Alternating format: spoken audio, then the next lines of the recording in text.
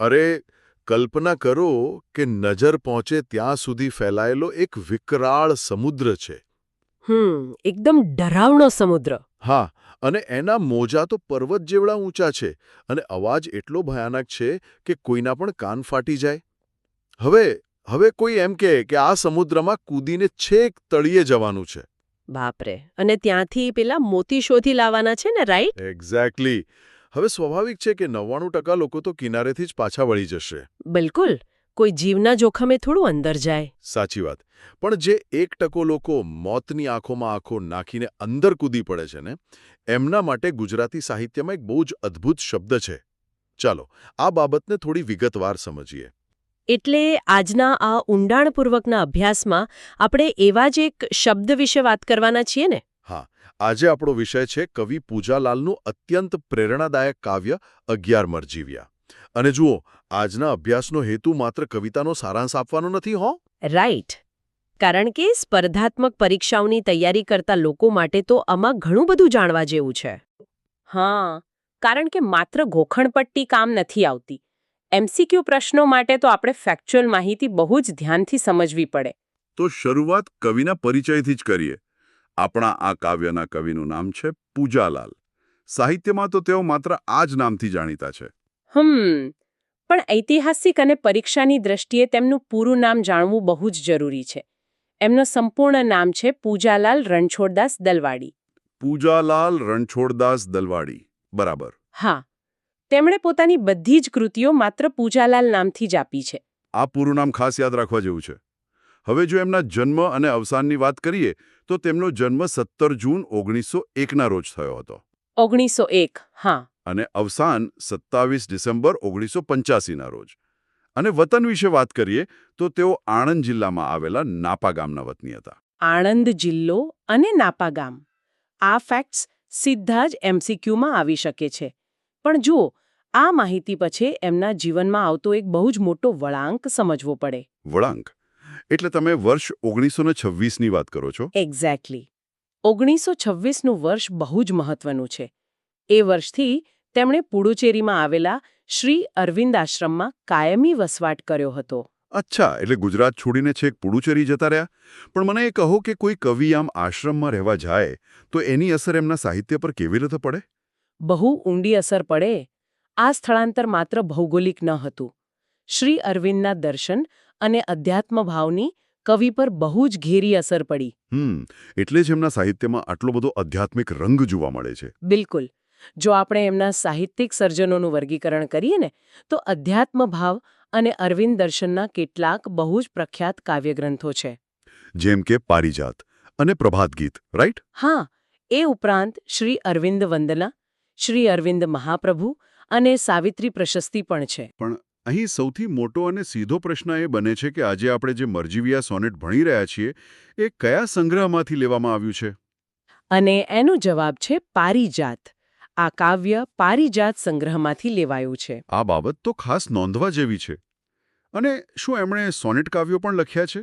હા, એમનો સોનેટ કાવ્યનો એક આખો સંગ્રહ છે જેનું નામ છે ગુર્જરી. અરે વાહ! પણ શું એમણે માત્ર આ બે જ વિષયો પર લખ્યું છે? અધ્યાત્મ અને સોનેટ? ના ના, અન્ય વિષયો પર પણ એમની કલમ ચાલી છે. જેમ કે પ્રદેશ પ્રેમ છે, રાષ્ટ્રપ્રેમ છે અને બાળ તેમજ કિશોર કાવ્યો પણ એમણે બહુ જ સરસ લખ્યા છે.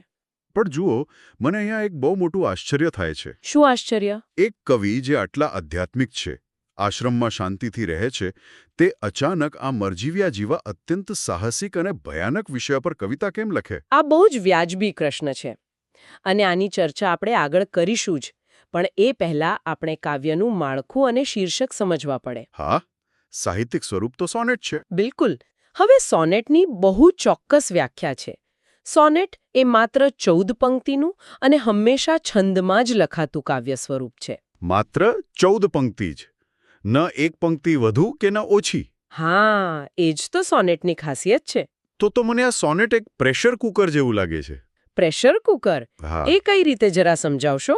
જુઓ, જેમ કુકરમાં જગ્યા નાની હોય પણ અંદર ગજબનું દબાણ ઊભું થાય ને? હા, બરાબર. બસ એવું જ. સોનેટમાં માત્ર 14 પંક્તિની નાની જગ્યામાં કવિ એક વિશાળ અને ગહન વિચારનું દબાણ ઊભું કરે છે અને પછી જાણે એનો વિસ્ફોટ થાય છે. અરે વાહ! આ એનાલોજી બહુ સચોટ છે. હવે શીર્ષક પર આવીએ. મરજીવ્યા કોને કહેવાય?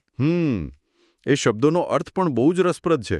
હા, આમાં કારણ અને અસર જોડાયેલા છે. અગાધ સમુદ્રમાં મોતી લેવા જતી વ્યક્તિઓ એટલે મરજીવ્યા. પણ એમને મરજીવ્યા જ શા માટે કહેવાય? કારણ કે સમુદ્રના છેક તળિયે જવામાં મૃત્યુનું પણ જોખમ હોય છે. એટલે કે મરણના મુખમાં જઈને જીવતા પાછા આવનારા એ મરજીવ્યા. બહુ જ પાવરફુલ શબ્દ છે. તો હવે આ 14 પંક્તિઓમાંથી પસાર થતી વાર્તાના ક્રમિક તબક્કાઓ જોઈએ. કાવ્ય પ્રવાહ કેવી રીતે આગળ વધે છે? વાર્તાનો પહેલો તબક્કો છે પ્રયાણ અને ઉત્સાહ. હા, કાવ્યની શરૂઆતમાં જ મરજીવ્યા કમર કસીને રત્નાકર એટલે કે સમુદ્ર તરફ જાય છે. અને અહીં કેટલાક પારિભાષિક શબ્દો બહુ જ અગત્યના છે. કયા શબ્દો? જેમ કે અટંક એટલે કે કોઈ વિઘ્ન આવે તો પણ અટક્યા વગરના. પછી પ્રદીપ્ત નયનો એટલે એમની આંખો તેજસ્વી છે. અને અથાગ બળ એટલે કે શરીરમાં અખૂટ શક્તિ છે. બરાબર. અને આ માત્ર શારીરિક તૈયારી નથી હો. કવિતામાં એક બહુ જ સરસ પંક્તિ છે. મહારવ તણી દિશા પર ઠરી બધી ચાહના. મહારવ એટલે મોટો અવાજ કે ગર્જના, રાઈટ? હા, એટલે કે ગર્જના કરતા સમુદ્ર તરફ જ એમનું સંપૂર્ણ લક્ષ્ય છે. આ એમની માનસિક દૃઢતા દર્શાવે છે. પણ જુઓ, કોઈ આવું મોટું જોખમ લેવા નીકળે તો એમના પ્રિયજનો કંઈ થોડા શાંતિથી બેસી રહે. અહીં બીજો તબક્કો આવે છે સંઘર્ષનો. હા, પરિવારનો વિરોધ. કાવ્યમાં વર્ણન છે કે પ્રિયજનો સજલ નેત્ર એટલે કે આંસુ ભરેલી આંખો સાથે આડા ફરે છે. અને તેઓ શિખામણ આપે છે કે વૃથા જીવન વેડફોકા, ભલા કહીથી વળગી, વિનાશકર આંધળિયા ભલા. એટલે કે આવું વિનાશક અને આંધળું સાહસ શા માટે કરો છો? પણ એક મિનિટ, હું અહીં એક દલીલ કરવા માંગીશ. પરિવારની આ ચિંતા તો તદ્દન વ્યાજબી અને લોજિકલ છે ને. આટલા મોટા સમુદ્રમાં કૂદી પડવું એ ખરેખર એક આંધળી ભલા જ છે. જુઓ, સુરક્ષા અને સલામતીના દૃષ્ટિકોણથી જોઈએ તો પરિવાર એકદમ સાચો છે. હા, કોઈ પણ સમજુ માણસ આવું જોખમ ન લે. પણ દુનિયામાં કોઈ પણ મહાન સિદ્ધિ કે અમૂલ્ય મોતી ક્યારેય સલામતીના દાયરામાં રહીને નથી મળતા. મરજીવ્યાઓ દૃઢ નિશ્ચયી છે. એટલે તેઓ કોઈના રોકાતા નથી. બિલકુલ. કોઈના વાર્યા વળતા નથી. અસાધારણ સફળતા મેળવવી હોય તો સાધારણ ડરને તો પાછળ છોડવો જ પડે. વાહ, આ બહુ સરસ વાત કહી. તો હવે ત્રીજો તબક્કો કયો છે? ત્રીજો તબક્કો છે સમુદ્રનું રૌદ્ર સ્વરૂપ અને અંતિમ છલાંગ. હા, અફાટ અને વિકરાલ રત્નાકર. સમુદ્ર વિશાળ અને ભયાનક છે. અને કવિએ અહીં એક બહુ મજબૂત સરખામણી કરી છે. સમુદ્રના મોજા કેવા છે? ગિરિમાળશા. ગિરિમાળશા એટલે કે પર્વતમાળા જેવા મોટા મોજા. હા, અને એ મોજા સીધા છાતી પર અથડાય છે. છતાં પણ તેઓ હઠ્યા ન લવતોયા. એટલે કે લેશ માત્ર પણ પાછા હટતા નથી. અને પછી આવે છે સૌથી ડરાવણી ક્ષણ. તેઓ કાળને ગહરે પ્રવેશે છે. કાળની ગુફામાં. અને મૃત્યુના અંધકારમય તળિયે પહોંચે છે, જેને કાવ્યમાં તમોમય તળો કહેવામાં આવ્યું છે. તમોમય એટલે ઘોર અંધકાર, રાઈટ? હા. અને પછી આવે છે છેલ્લો તબક્કો, વિજયનો. હા, અખૂટ મણિ મોતીકોશ.